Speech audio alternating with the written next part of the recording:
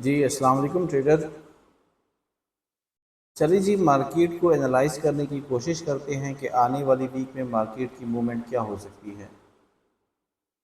हम स्टार्ट करते हैं जी वीकली टाइम फ्रेम से। अगर इस चार्ट को मैं ओंडा कर दूं तो वो थोड़ा सा बेहतर होगा। इस चार्ट को ना मैं एक दफ़ा सारा क्लियर कर लेता हूं और इसको ना स्टार्ट से एनालाइज करते हैं। सबसे पहले मैं वीकली एनालाइज करूंगा, लेकिन उससे पहले अगर हम एक दफ़ा नज़र मार लें फॉरेक्स फैक्ट्री या इकोनॉमिक कैलेंडर पे, तो उससे ये कि हमें आइडिया हो जाएगा कि आने वाली वीक में जो न्यूज़ है वो कौन कौन सी आ रही है।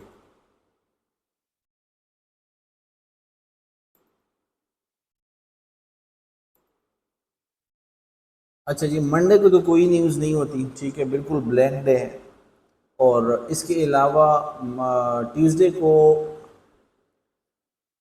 कोर सीपीआई, ठीक है, सीपीआई हो गई, सीपीआई मंथली और ईयरली, ठीक है। तो ट्यूसडे वाले दिन भी मार्केट की मूवमेंट अच्छी खासी हो सकती है।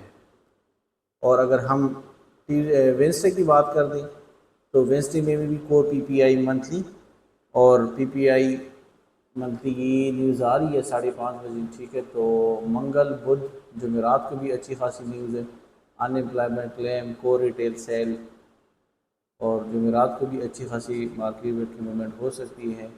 और जुम्मे वाले दिन कोई एफओएमसी मेंबर वाला स्पीक है, ठीक है। तो जुम्मे वाले दिन तो वैसे भी आपको पता है कि मार्केट में मूवमेंट हलचल बहुत ज़्यादा होती है। तो इसका मतलब ये कि आने वाली वीक में मार्केट की मूवमेंट कुछ बहुत ही होगी। तो हम देख लेते हैं जी, चार्ट पे जाते हैं और हम टेक्निकल एनालाइज कोशिश करते हैं कि जी टेक्निकली मार्केट की मूवमेंट क्या होगी। ट्रेडिंग व्यू पे जाते हैं और वहाँ पे देख लेते हैं और हम स्टार्ट कर लेते हैं जी वीकली टाइम फ्रेम से। अगर हम वीकली टाइम फ्रेम की बात कर लें, ठीक है, तकरीबन 3500 का 3500 का इसने हाई लगाया था। उसके बाद मार्केट ना रेंज में चली गई, काफ़ी टाइम से मार्केट रेंज में चल रही है वीकली टाइम फ्रेम के मुताबिक, ठीक है। और अगर हम लास्ट वीक की बात करें जो अभी एंड हो गया, हम इसकी बात करें तो एक डोजी टाइप कैंडल क्लोज हुई। इस कैंडल का मकसद मतलब ये है कि इसमें बाइंग हुई है, ठीक है। नीचे की विक अगर आप देखें, ठीक है, और ऊपर की विक कुछ मतलब ये कि क्लोजिंग हुई है, रिट्रेसमेंट कुछ ली है, लेकिन ये कि अच्छी खासी बाइंग इस वीक हो गई है। तो इससे हम डेली टाइम फ्रेम में मूव करते हैं और डेली टाइम फ्रेम को देख लेते हैं। डेली टाइम फ्रेम में मैंने आपको पिछली एनालिसिस में बताया था कि देखिए ये एक मूव चल रही है। अच्छा, मूव किस तरह है, मैं इधर एक आपको बता देता हूँ। ये देखिए इम्पल्स गई है, उसके बाद एक करेक्शन है, उसके बाद नेक्स्ट इम्पल्स है। तो ये वाला जो लेवल है ना, ये वाला लेवल और ये वाला लेवल, ये दो लेवल होते हैं हमारे पास ट्रेंड जॉइनिंग लेवल्स, ठीक है।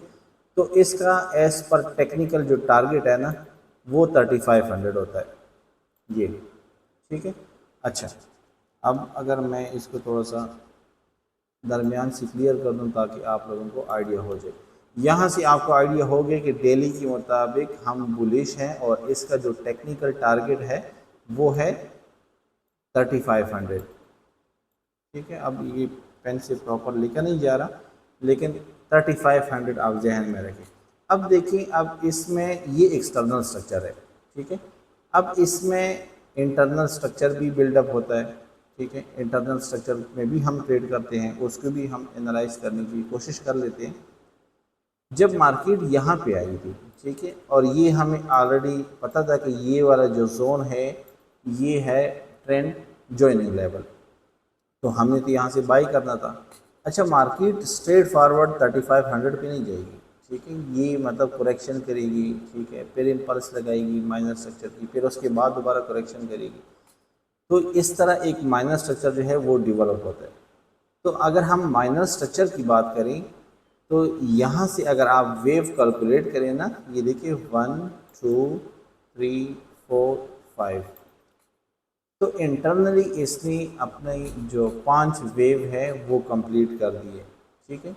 अब एक्सटर्नल स्ट्रक्चर तो हम बाहर है, ठीक है, वो तो अपनी जगह पे, वो तो यहाँ पे जो इंटर हो गए हैं, ठीक है, उसका टारगेट तो 3500 है।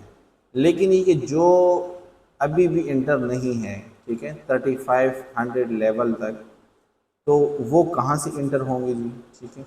तो उसके लिए हमारे पास जो लास्ट सपोर्ट लेवल था वो ये था, जो कुछ दिन पहले आप लोगों ने देखा था कि मार्केट हम यहाँ से बाय करने की कोशिश कर रहे थे, लेकिन ये कि हमें मार्केट ने कभी मौका नहीं दिया कि मतलब हम यहाँ से बाय करें। अच्छा, इसने प्रॉपर लिक्विडिटी स्वीप की है। अच्छा, जब एक कैंडल क्लोज हो गई डेली की, तो दूसरी कैंडल अगर नीचे क्लोज होती तो हमें ये अंदाज़ा होता कि जो माइनर स्ट्रक्चर है वो फेल हो गया, ठीक है। लेकिन नेक्स्ट डे अगर हम बात करें तो दूसरी दिन इसकी जो डेली की कैंडल है वो इस लेवल के अंदर क्लोज हुई है, ठीक है। जब अंदर क्लोज हुई, इसका हमने मतलब एक क्या आइडिया लगाया कि यहाँ पे भी बाइंग हो गई, और इसका जो टारगेट है वो एज पर एक्सटर्नल स्ट्रक्चर की हाई लिक्विडिटी, ठीक है, जो कि आता है तकरीबन 3500। अच्छा, तो डेली के हिसाब से तो हम बुलिश हैं। अच्छा, तो अभी अगर मैं इसको यहाँ पे ये क्लियर कर दूँ और प्रॉपर आप लोगों को मेंशन कर दूँ, ये एक्सटर्नल स्ट्रक्चर का ब्रेकआउट यहाँ पे हुआ था,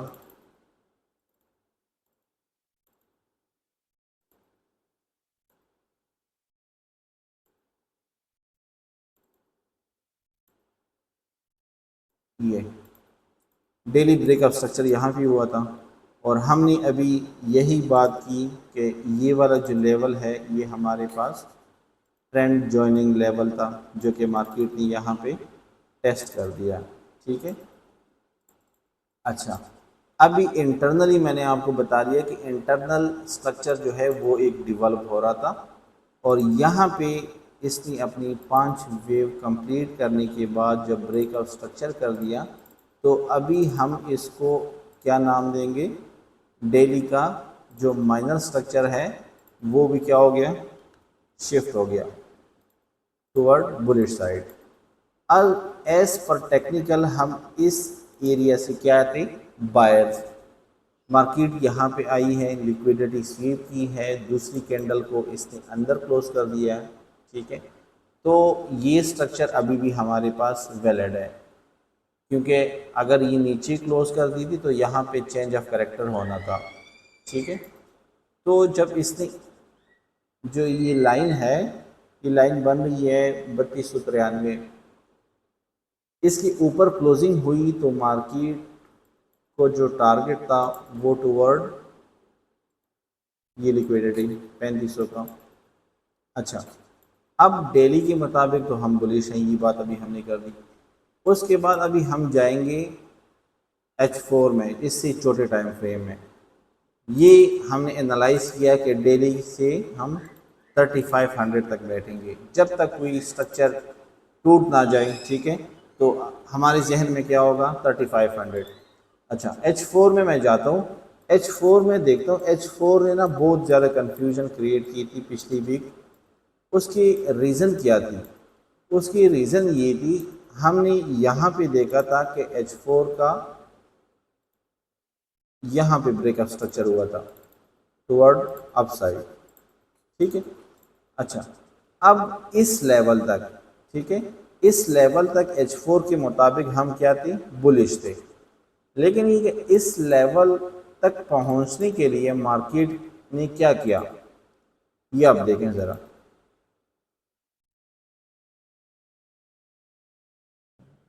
1 2 3 4 5, जब एक्सटर्नल स्ट्रक्चर में अंदर इंटरनल स्ट्रक्चर के 5 वेव कंप्लीट हो जाए तो जो प्रीवियस स्ट्रक्चर है एक्सटर्नल का, उसकी कहानी ख़त्म हो जाती है। H4 ने हमें ये बताया कि भाई मैं तो नीचे जा रहा हूँ, यहाँ पे H4 का क्या हुआ है, माइनर स्ट्रक्चर जो है वो H4 का शिफ्ट हो गया है टुवर्ड सेल साइड। अब मैं ये लाइन को ख़त्म कर लेता हूँ। यहाँ पे हमें आइडिया हो गया कि H4 की कहानी तो कुछ और है। अच्छा, मार्केट आती गई, इसने एक और लो बनाया और यहाँ पे अगेन H4 का ब्रेकअप स्ट्रक्चर कर दिया। अच्छा, अब H4 के मुताबिक हम क्या थे, इस एरिया तक हम सेलर थे, इस एरिया के ऊपर हम बायर हैं। अच्छा,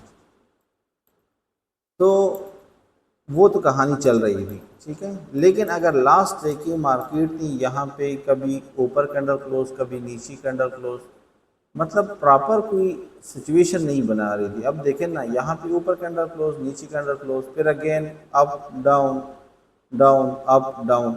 तो मार्केट कह रही थी कि भाई एक दफ़ा मैं नीचे जाऊँगा और मैं जो लिक्विडिटी है उठा के फिर वापस जाऊँगा। अच्छा, इस एरिया तक अगर आप देखें, क्योंकि ये आपने इंटरनल स्ट्रक्चर और एक्सटर्नल स्ट्रक्चर की प्रॉपर वेव देखनी होगी, अदरवाइज़ आपको मार्केट की समझ नहीं आएगी। 1 2 3 4 5 मार्केट की जो इंटरनल स्ट्रक्चर है उसकी दोबारा क्या हो गई है, 5 वेव कंप्लीट। और यहाँ पे जो माइनर स्ट्रक्चर है H4 का, again shift toward sell side. Minor structure मैंने यहाँ पे शिफ्ट कर दिया, इसको मैं डिलीट करता हूँ। अब दोबारा मार्केट ने क्या किया है, यहाँ पे लो वालो H4 का ब्रेकअप स्ट्रक्चर। अब एज पर टेक्निकल हम यहाँ पे क्या थे, यहाँ तक सेलर थे H4 के मुताबिक। लेकिन अगर आप देखें तो H4 में अभी 2 कैंडल ऊपर क्लोज्ड है, तो अभी H4 में भी हम क्या हो गए हैं, बुलिश हो गए हैं। चेंज ऑफ करेक्टर इसने कर दिया टूवर्ड बुलिश साइड, ठीक है। अच्छा, ये H4 है, डेली का मैंने आपको समझा दिया, ठीक है। ये एक जोन है जो बहुत इम्पोर्टेंट जोन है, इसको मैं एक दफ़ा डेली के मुताबिक मार्क करके H4 के मुताबिक इसको मैं एडजस्ट कर देता हूँ।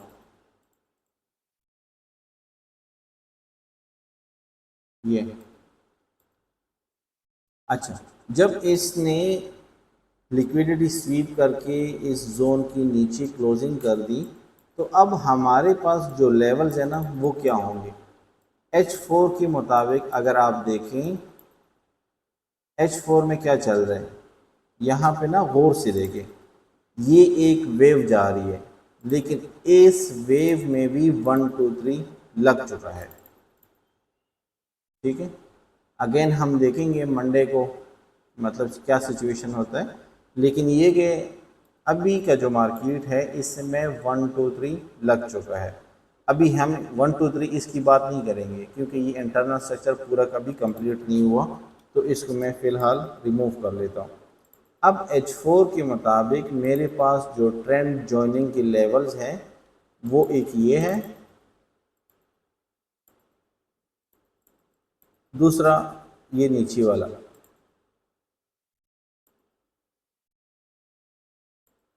लेकिन उससे पहले आपने इस ये जो पूरा एरिया है ना, इस पे भी एक दफ़ा हम नज़र लगाएंगे और उसी टाइम हम मार्केट को जज करेंगे कि मार्केट यहाँ पे रिएक्शन क्या है, यहाँ पे रिएक्शन किया है। अगर मार्केट प्रॉपर गिर गई तो हम तो यहाँ से वैसे भी बायर्स हैं, ठीक है।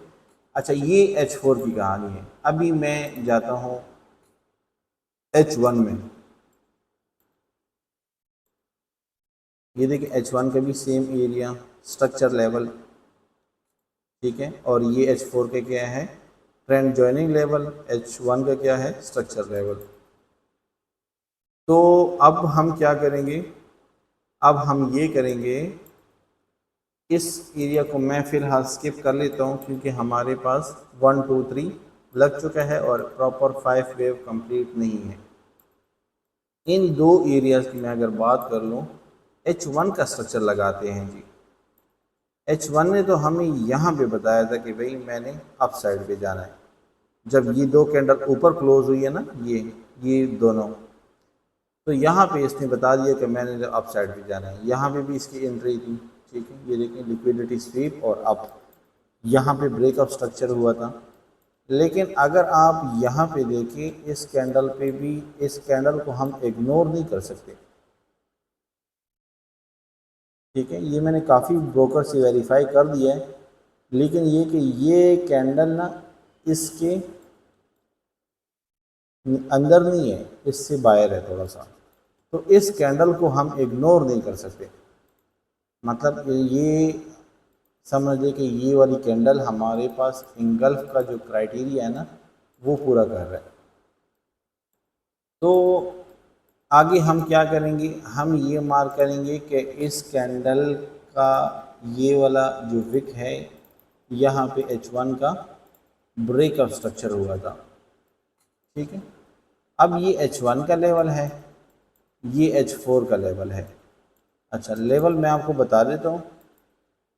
42 45 तक का जो एरिया है, यहाँ पे आप वॉल्यूम को रीड कर दें, RSI डाइवर्जेंस देके या M1 स्ट्रक्चर शिफ्ट देके एग्रेसिव एंट्री यहाँ पे नहीं करेंगे। उसके रीज़न मैंने आपको बता दी, क्योंकि इसकी नीचे ना, क्योंकि मार्केट बहुत ज़्यादा ओवरबॉट होगी तो ये कुछ ना कुछ रिट्रेस करके दोबारा ऊपर जाएगी। H1 का स्ट्रक्चर मैंने आपको ये लगाया, ठीक है। इसको बेशक आप इस तरह करें,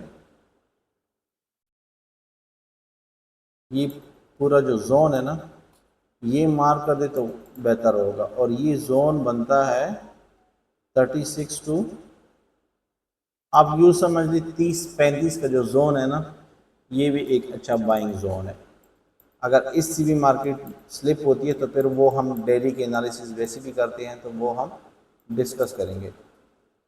आपने सबसे पहले जो नज़र रखनी है वो 40 टू 45 और 30 टू 35, इन दो जोन पे आपने नज़र रखनी है कि यहाँ पे मार्केट का जो बिहेवियर है वो क्या रहता है, तो उसके मुताबिक हम अपनी एंट्री को प्लान करेंगे। टारगेट हमारा क्या होगा 3500, ठीक है। लेकिन मार्केट जिग जैग होके मतलब जा सकती है।